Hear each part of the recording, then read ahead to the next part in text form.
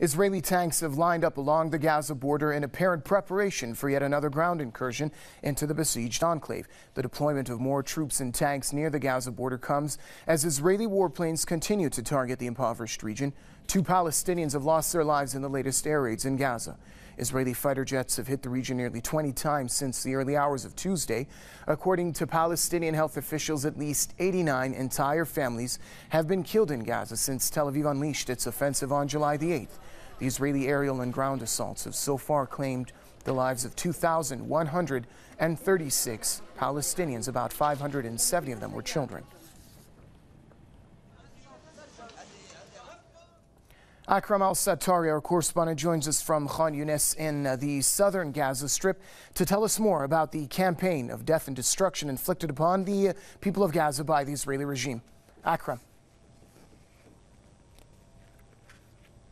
Well, talking about the regular campaign of death and destruction that has been targeting the Gaza Strip by the Israeli occupation forces, we're bringing to your attention the latest news about the Israeli air occupation forces targeting a house in the Gaza middle zone and reducing that house into rubble. And also the military outposts are shooting at the houses of the people who are living nearby the borders in the Gaza middle zone. Also, while the Israeli occupation forces targeted an open area near the airport area in Rafah in the very south of the Gaza Strip. And also there are reports about the Israeli occupation forces targeting a house in the Ash-Shaja'iyya neighborhood, Ash-Shaja'iyya that was targeted before, where at least 147 people were killed in one night in less than 12 hours. The Israeli occupation forces are continuing their military activities against the people of Gaza and are still causing more destruction and more death. They seem to be now willing to show the Palestinians that by the support that they are providing to the resistance,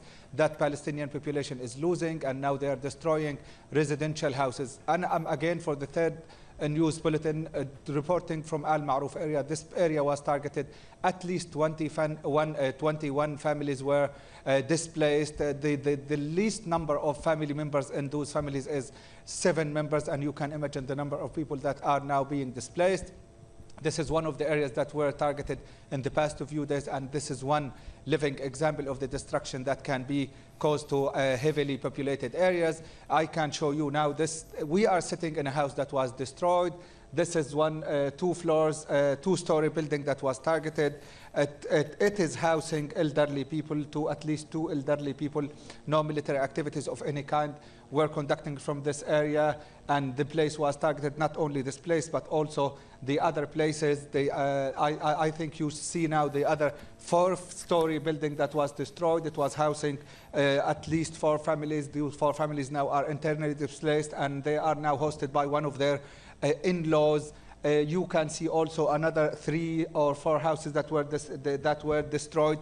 A whole neighborhood was destroyed by the Israeli occupation forces, and those are living examples and living samples of what has been going on the ground in the Gaza Strip. Families has been targeted and wiped out. Houses have been destroyed. The families that were leaving and trying to find some safe haven in their relatives' houses ended up being targeted. People were planning to get married, and they built those houses, those very nice houses, and they ended up losing those houses and losing also the hope for a better future.